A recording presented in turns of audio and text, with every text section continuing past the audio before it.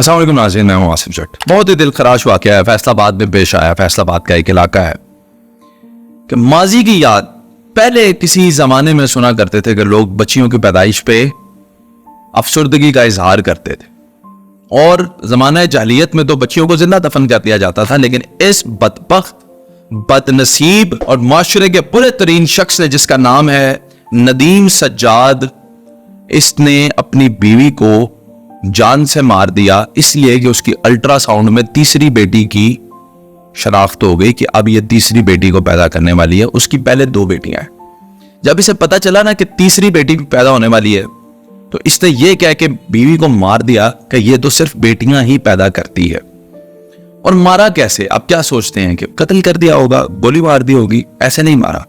उसको ठुड्डे मारे, उसको मुक्के मारे, उसको लाते मारी। ये मैं नहीं बता रहा, ये पुलिस की रिपोर्ट बता रही है। ये फैसलाबाद पुलिस की शाया कर दी रिपोर्ट है जो मैं आपको बता रहा हूं कि उसको लाते, मुक्के और ठुड्डे मारने के बाद सोचे कि पेट में बच्चा लेकर उस औरत ने क्या तकलीफ बर्दाश्त की होगी, कितनी तकलीफ बर्दाश्त की होगी कि नदीम सज्जाद के जुल्म ना सहते हुए वो दुनिया से ही चली। अल्लाह ने उसकी तकलीफ ही कम कर दी कि कितना मारोगे तुम। आप सोच सकते हैं, किसी को मुक्का लगने से जान चली जाए, ठुड्डा लगने से जान चली जाए, कितना मारेगा कोई किसी को।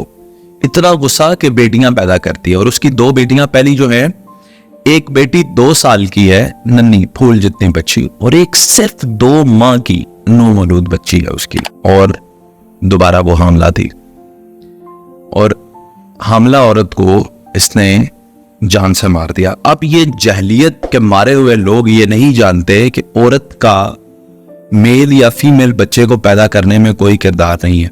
औरत का कोई कंट्रोल नहीं है कि वो सिर्फ बेटे ही पैदा करे या सिर्फ बेटियां, या क्या पैदा करे। औरत कुछ नहीं पैदा कर सकती। ये मर्द के अंदर काबिलियत होती है कि उसकी औलाद में बेटा होगा या बेटी होगी।